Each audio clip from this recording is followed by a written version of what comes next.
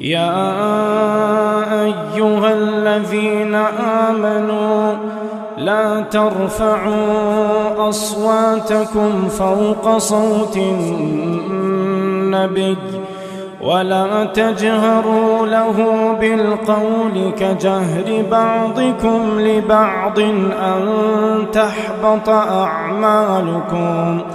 وأنتم لا تشعرون إن الذين يغضون أصواتهم عند رسول الله أولئك الذين امتحن الله قلوبهم للتقوى لهم مغفرة وأجر عظيم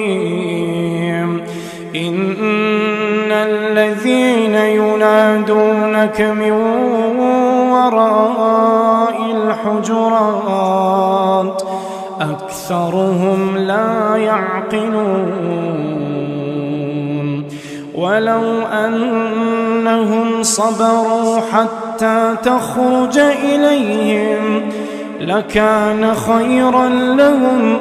والله غفور رحيم.